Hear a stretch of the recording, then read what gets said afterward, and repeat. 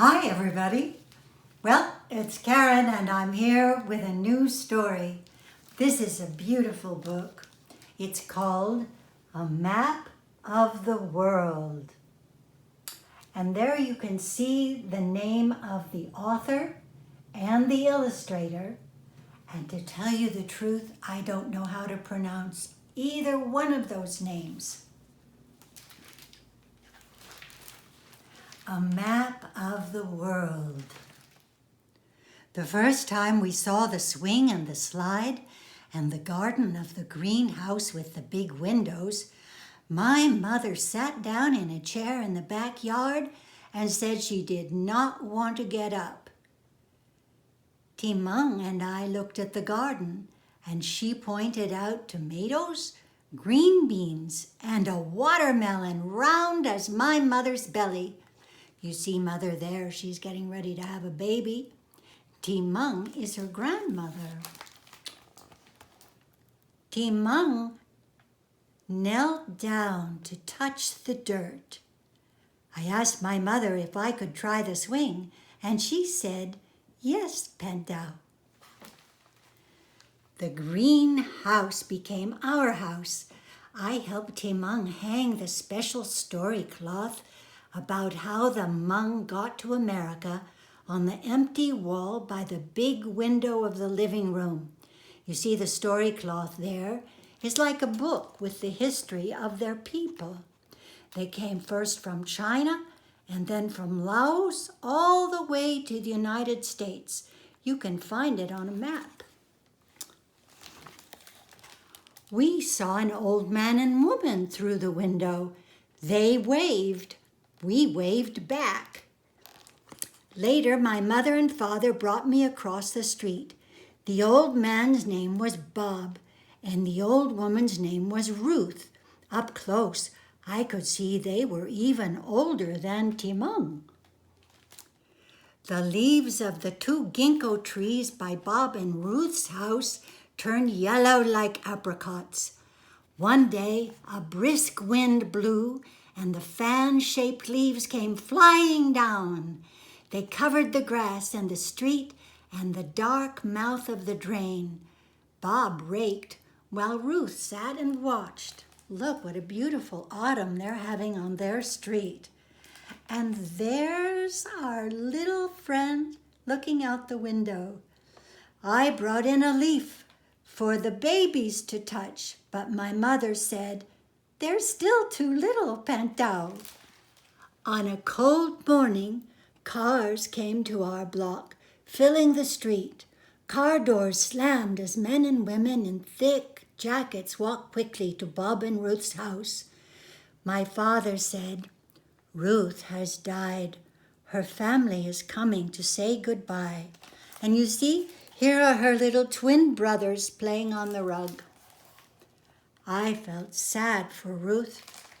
My brothers just played on the rug with the toys above them. The cars kept coming and going the next day and the next. I swayed back and forth on my toes by the big window. I tried to lift one of my brothers so the people could see how cute he was, but he cried, and my mother said, "You're still too little to carry him, Pantao."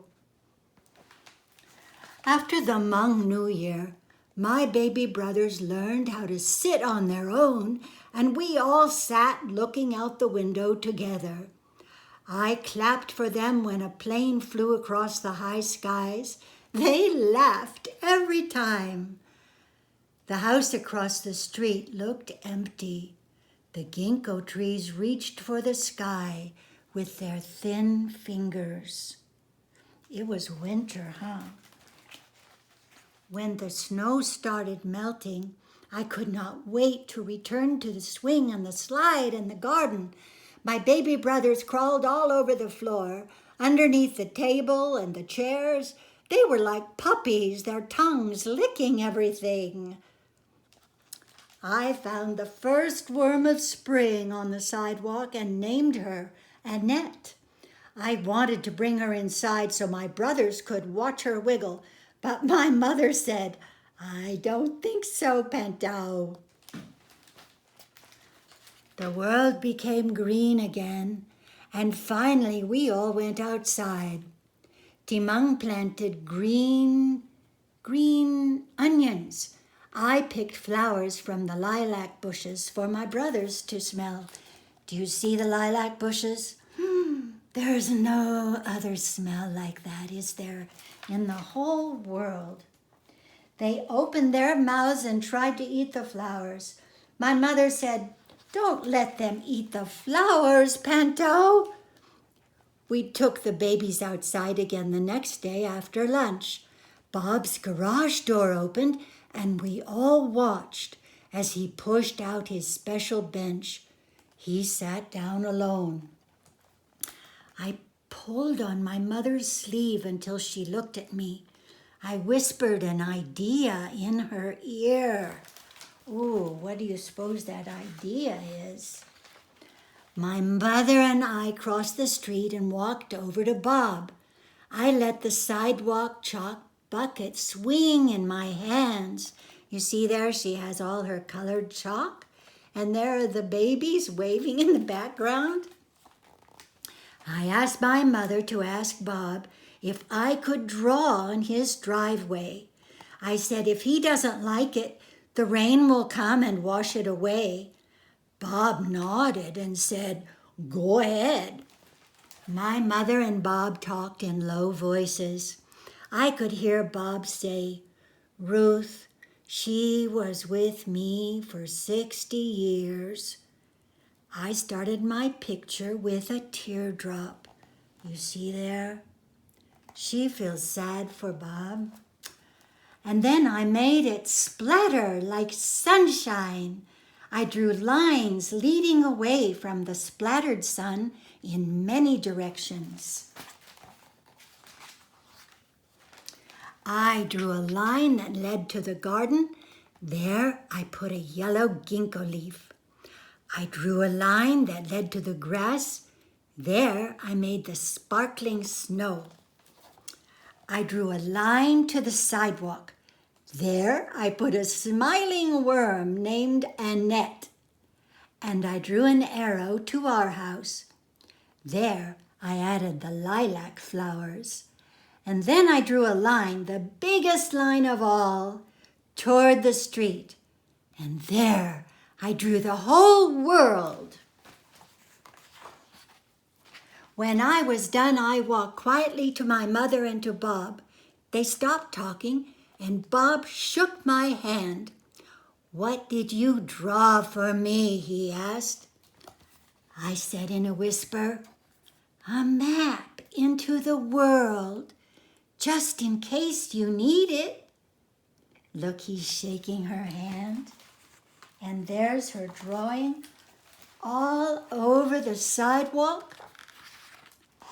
And Bob said, "I think I might."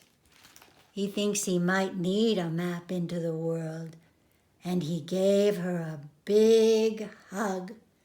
And you see the world there with the flowers, the ginkgo, the brothers, the family, the plane. It's a beautiful gift. Wasn't that a beautiful story? A map into the world. You know, a lot of people have lost someone during this pandemic, or you know someone who's lost someone, and it's hard to know what to say or what to do. But this book teaches us that we can draw a picture, we can write a note, sing a song, we can make a gift to show that person that we care and that we're aware of their sadness. That's one of the reasons that I like this book. Another reason is it reminds us that on Earth, spring follows winter, things always change, and things turn bright and green again. A map into the world. Hope you liked it. See you next time.